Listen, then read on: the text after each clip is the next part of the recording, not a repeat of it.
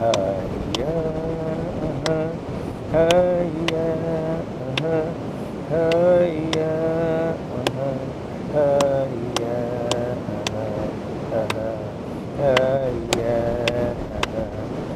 have very smart people in our tribe. We have powerful families in our tribe that know how to do things and have a history of doing great things.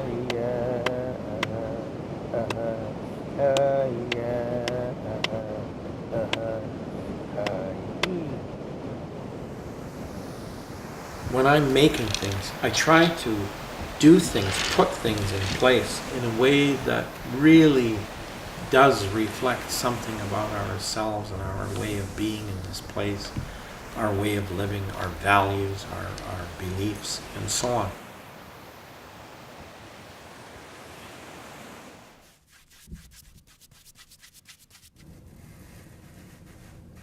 Hupacasath have always got images on them that are specific to a certain location.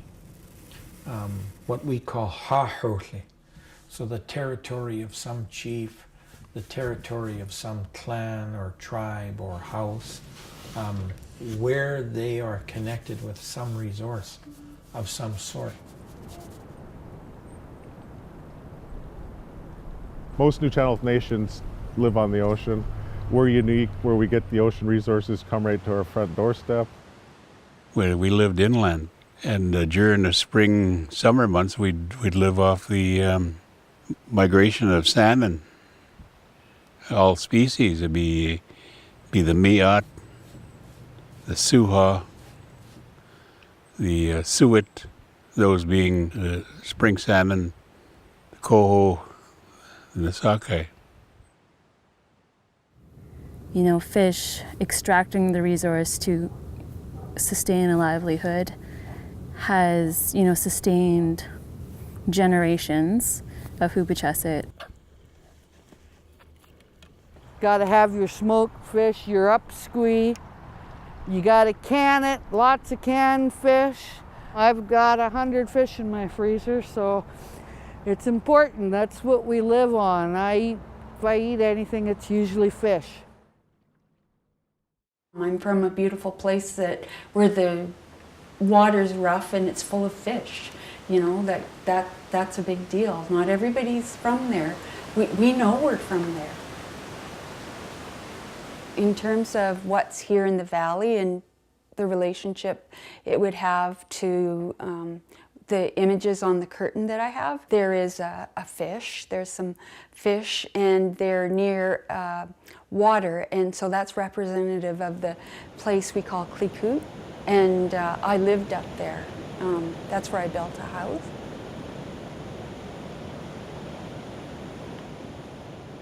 This general area of the river system is called Klikut.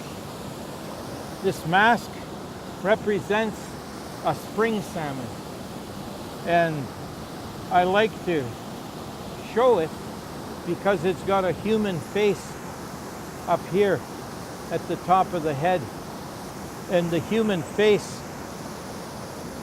shows the tie between the fish and ourselves.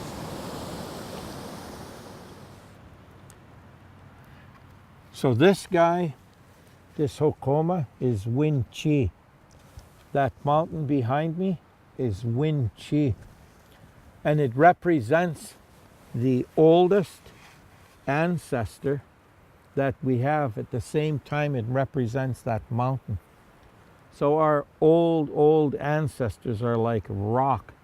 Their goodness, their strength, and all of the timelessness that exists in our family's tradition, all of that is wrapped up in these guys. So I've always been taught that our hahotli is the entire Alberni Valley, starting from Mount Arrowsmith, Cathcachuth, down to Yachtshooth, the Beaufort Range, to Redface, Winchie, Namint, and circling back around to Grassy Face Mountains. So all of that, the rivers that go into Zuma'as, We're unique in the way that we went way in the mountains.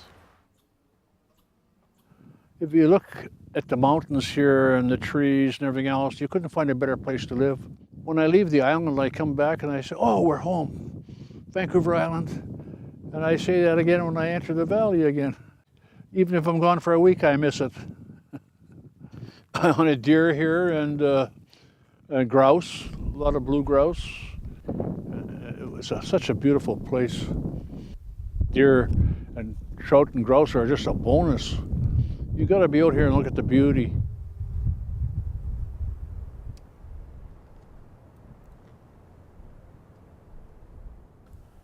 I've lived a life watching the people who've come around us and crowded around us, watch them not be respectful, watch them be completely disrespectful and disregard the grandeur of nature completely, almost wanting to challenge themselves to build roads to the most beautiful places, knowing full well that their reasons for going there are to destroy those places and leave garbage. My name is Slade Charlong from Hupacasath First Nation. We're at Namint Lake campsite. We have a contract through Recreation Sites and Trails BC to maintain the site in our traditional territory. So basically what we do out here is pick up garbage, clean up the campsite. I enjoy getting to see a lot of the beautiful places, the lakes and the trails, to see a lot of the wildlife, bears, deer, elk. You come here to enjoy the beauty and the nature, and the nature's being taken away.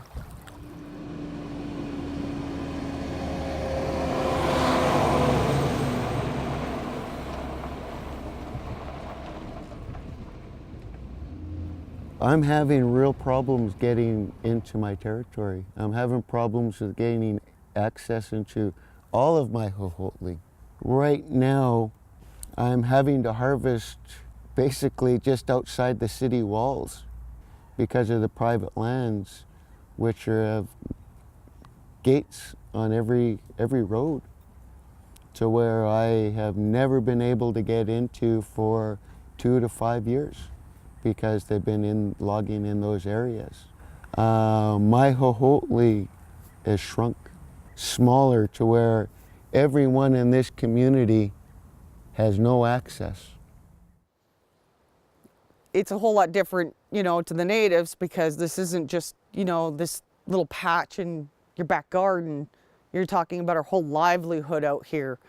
And even though we're supposed to think of it as a farm, we can't do it.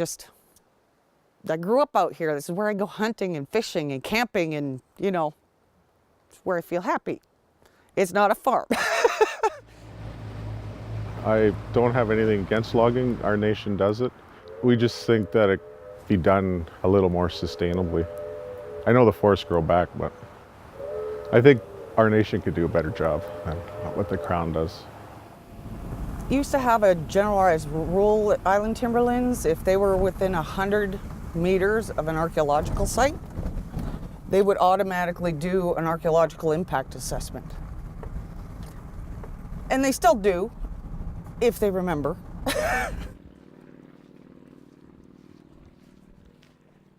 So usually if you're within 100 meters of a large water body or a lake, river, you have to do an archaeological survey, or at least a cultural heritage survey. And it's always been there, but they didn't actually start really enacting it here until, I guess it was 95. Otherwise, they just usually find stuff and go, oh, hey, cool. And then, just log over it.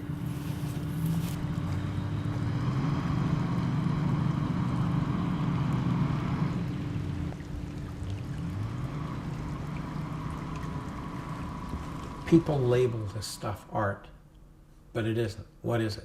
Well, without being too pretty or precious about the whole thing, they're connectors. Our most recently dead, whoever's died within the last year in our communities, their cheha, their living spirit, their soul, their life force, calls the fish.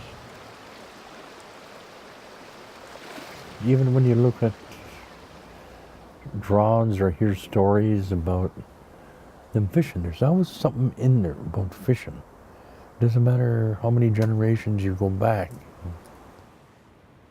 So they're connected, these fish, to living people in our tribe. They're also connected to the most recently deceased people from all of the river systems on the west coast of the island call their own fish. This is the vest for Tuffy I made. And this is Alton's. And this is my daughter Tracy. So this was simple, yet it caught your eye. You know, and you watch as they're dancing, because that's what it's supposed to do. It's supposed to keep your eyes on the dancer.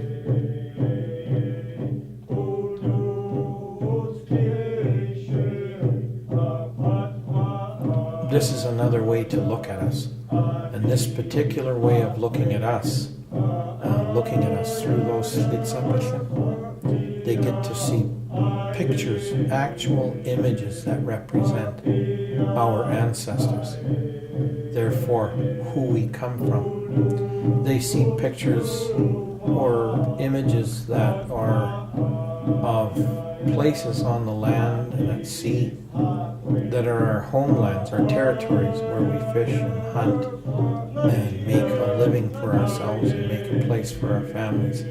They see all of that and they see it as one. I hope they will be able to see it as one unified whole.